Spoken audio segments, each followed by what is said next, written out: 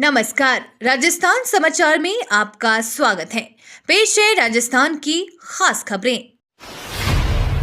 राजस्थान के कर्मचारियों के लिए खुशखबरी, 24 को आएगा बोनस। दीपावली के त्योहार से ठीक पहले राज्य कर्मचारियों की जेब भरने की तैयारी हो गई है।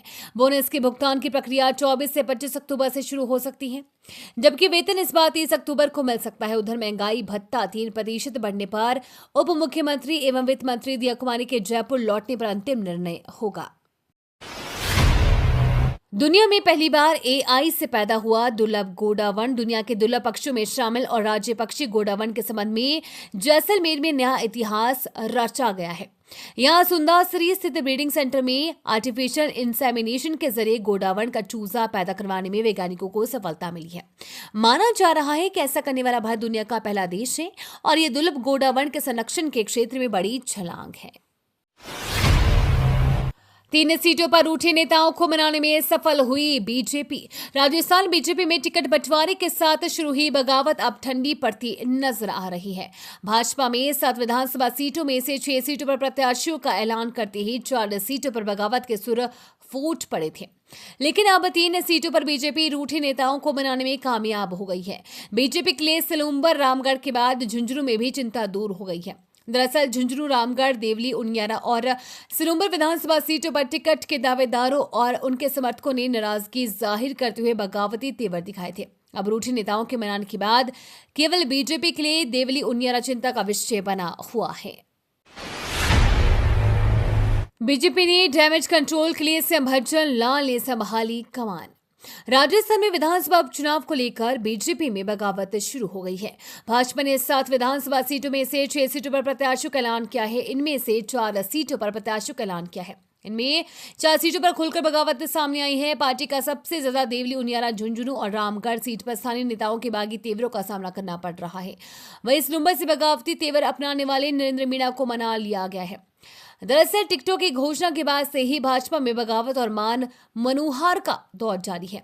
मजबूत बागियों को मनाने के लिए संभजलाल शर्मा और प्रदेश अध्यक्ष मदन राठौर ने कमान संभाल रखी है। कुछ सीटों पर बागियों को मनाने का दावा है तो कुछ पर डैमेज कंट्रोल चल रहा है। राजस्थान कर्मचारी चयन बोर्ड का 2 साल का भर्ती संबंधी कैलेंडर जारी। राजस्थान कर्मचारी चयन बोर्ड ने सरकारी नौकरी के लिए आयोजित होने वाली परीक्षाओं का 2 वर्ष स्केड्यूल जारी किया है। इसमें अक्टूबर 2024 से जून 2026 तक आयोजित होने वाली 70 भर्ती परीक्षाओं का पूरा ब्यौरा है। इस कैलेंडर में आवेदन, परीक्षा, दस्तावेज सत्यापन समेत विभिन्न बिंदुओं की तिथिवार जानकारी दी गई है।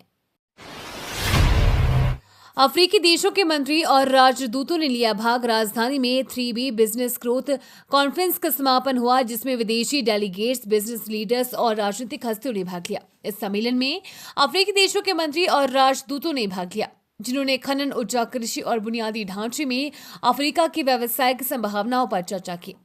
जनप्रतिनिधियों ने भी कार्यक्रम में अपने विचार साझा किए, जिसमें श्रम सुधार, महिला सशक्तिकरण और शिक्षा के महत्व पर जोर दिया गया। ओपेश ग्रुप के डायरेक्टर ओपेश सिंह ने कहा कि ये कॉन्फ्रेंस उद्योगों को वैश्विक स्तर पर जोड़ने और भविष्य के लिए नए रास्ते बनाने की दिशा में एक कदम है। कार्यक्रम के अंत में लगभग 150 MOU पर हस्ताक्षर किए गए, जो करोड़ों की व्यापारिक वैल्यूएशन के साथ वैश्विक सहयोग की नई लहर का संकेत है। निःशुल्क स्कूटी के लिए 30 नवंबर तक कर सकेंगे ऑनलाइन आवेदन।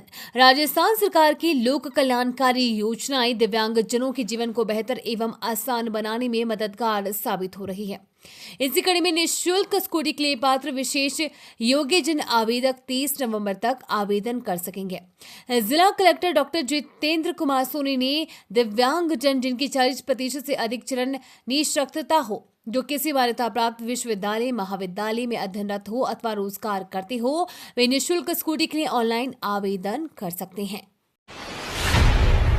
राजस्थान के स्टेशनों को दिया जाएगा हेरिटेज लुक। रेल यात्रियों के लिए अच्छी खबर है। रेलवे द्वारा आगामी दिनों में स्टेशनों को अमृत स्टेशन योजना के तहत हेरिटेज लुक दिया जाएगा। आपको बता दें कि उत्तर पश्चिम रेलवे के 77 स्टेशनों का पुनः विकास किया जाएगा। स्टेशनों को हेरिटेज लुक देने में विभाग द्वारा 4800 करोड़ रुपए खर्च किए जाएंगे। इन स्टेशनों की सुविधाओं में भी इजाफा किया जाएगा। अमृत स्टेशन योजना के तहत आने वाले सभी स्टेशनों को टेक्नोलॉजी और डिजिटल स्तर पर भी विकास होगा। 27 अक्टूबर से शुरू होगा जयपुर एयरपोर्ट पर विंटर स्केड्यूल। फेस्टिवल सीजन में लोगों को त्योहार मनाने के लिए घर जरूर आते हैं, खासकर वो लोग जो दूसरे राज्यों से यहाँ रह रहे हैं। इसलिए फेस्टिवल सीजन में बस, ट्रेन या हवाई यात्रा से सफर करने के लिए लोग इनके संचलन और टाइम स्केड्यूल का विशेष ध्यान रखते हैं। ऐसे में जयपुर के अंतर्राष्ट्रीय हवाई से भी लोग आने जाने के लिए सफर करते हैं। आने वाले दिनों में फ्लाइट्स के संचालन में कई बदलाव देखने को मिलेंगे। 27 अक्टूबर से जयपुर हवाई अड्डे पर विंटर स्केड्यूल शुरू हो जाएगा, जिसके चलते मुंबई, दिल्ली, बेंगलुरु और कोलकाता के लिए मिलेंगी यात्रियों को जयपुर से हर दिन 6 फ्लाइट्स मिलेंगी। साथ ही एयरपोर्ट पर रोज 70 उड़ान का मूवमेंट होगा। लाभार्थियों के लिए ई-केवाईसी अनिवार्य। राष्ट्रीय खाद्य सुरक्षा योजना के तहत चयनित सभी लाभार्थियों के लिए ई-केवाईसी कराना अनिवार्य कर दिया गया है। सरकार ने इस प्रक्रिया को समय सीमा के भीतर पूरा करने का निर्देश दिया है, जिसकी अंतिम तिथि 31 अक्टूबर 2024 निर्धारित की गई है। यदि इस तिथि तक लाभार्थी ई-केवाईसी नहीं करवाते हैं तो उनके नाम खाद्य सुरक्षा योजना से हटा दिए जाएंगे। जिला रसद अधिकारी ने बताया कि राशन के तहत गेहूं प्राप्त करने के लिए लाभार्थियों को 31 अक्टूबर 2024 से पहले अपनी नजदीकी उचित मूल्य की दुकान पर जाकर पास मशीन के माध्यम से ई-केवाईसी कराना अनिवार्य है। नई चयनित लाभार्थियों की ई-केवाईसी भी इस अवधि के दौरान उचित मूल्य दुकानदारों द्वारा की जाएगी। राजस्थान सरकार की सौगात, विशेष योग्यजनों को मिलेगी निःशुल्क इलेक्ट्रिक पावर व्हीलचेयर। राजस्थान सरकार ने विशेष योग्यजनों के जीवन को सरल और स्वतंत्र बनाने के लिए एक नई योजना की घोषणा की है। इस योजना के तहत उन दिव्यांगजनों जिन्हें चलने फिरने में कठिनाई होती है, जिन्हें निःशुल्क इलेक्ट्रिक पावर व्हीलचेयर प्रदान की जाएगी। ये पहल 2024-25 के बजट घोषणा के तहत की गई है, जिसका उद्देश्य विशेष योग्यजनों को आत्मनिर्भर बनाना और उनकी दैनिक गतिविधियों को आसान बनाना है। विशेष व्हीलचेयर सामान्य व्हीलचेयर से अलग है, क्योंकि इसे उपयोगकर्ता बिना शारीरिक ताकत के चलाने में सक्षम होते हैं। दिवाली से पहले केंद्र सरकार ने कर दी महंगाई पर चढ़ाई, सस्ते में मिलेगा आटा, दाल और चावल। महंगाई से टक्कर लेने के लिए केंद्र सरकार फिर से बड़ी तैयारी कर रही है। आम आदमी को महंगाई से राहत दिलाने के लिए दिवाली से पहले आटा, दाल और चावल सस्ते दाम पर मुहैया कराया जाएगा। इसके लिए केंद्र सरकार भारत ब्रांड का दूसरा चरण आज से शुरू किया जाएगा। केंद्र सरकार ने 1 साल पहले इस ब्रांड को लॉन्च किया था। इस योजना का उद्घाटन केंद्रीय खाद्य मंत्री करेंगे। फिलहाल 4 राज्यों में NCCF के जरिए सस्ते दामों पर खाद्य सामग्री मुहैया कराई जा रही है, लेकिन अगले 10 दिनों में इसे पूरे देश में लागू किया जाएगा। पोल्यूशन कम करने के लिए केंद्र सरकार खर्च करेगी 1.75 लाख करोड़ रुपए। देश में बढ़ते पोल्यूशन के खतरे को देखते हुए केंद्र सरकार ने एक बड़ा प्लान बनाया है। इसके लिए सरकार अर्बन मेगा बस मिशन के तहत देश के अलग अलग शहरों में 1 लाख इलेक्ट्रिकल बसें चलाएगी। इस प्लान को अगले 5 साल में पूरा किया जाएगा। इस मिशन पर सरकार की ओर से 1.75 लाख करोड़ रुपए का बजट खर्च किया जाएगा। इस अर्बन मेगा बस मिशन में बस स्टॉप, टर्मिनल और डिपो सहित इलेक्ट्रिकल बसों और रिलेटेड इंफ्रा तैयार किया जाएगा। नई इलेक्ट्रिकल बसों की शुरुआत के अलावा मिशन में 5000 किलोमीटर पैदल और साइकिल चलाने के लिए सड़कों का निर्माण शामिल होगा। केंद्रीय कर्मचारियों के लिए बड़ी खबर, 40 प्राइवेट अस्पतालों में करा सकेंगे मुफ्त इलाज।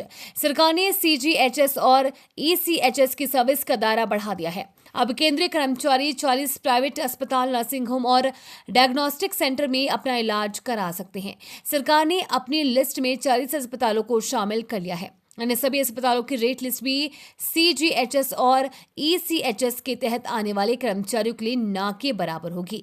साथ ही जो इलाज में खर्च होगा वो बाद में सरकार देगी। हाल ही में ex serviceman contributory health scheme ने 40 प्राइवेट अस्पतालों, नर्सिंग होम और डायग्नोस्टिक सेंटर को अपने पैनल में शामिल किया है। ये फैसला हाल में स्क्रीनिंग कमेटी की बैठक में लिया गया।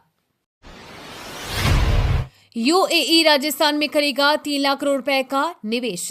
राजस्थान के विकास की रफ्तार को तेज करने के उद्देश्य से मुख्यमंत्री भज्जूलाल शर्मा राइजिंग राजस्थान समिट के लिए देश विदेश की यात्राएं करके निवेशकों को आमंत्रित कर रहे हैं।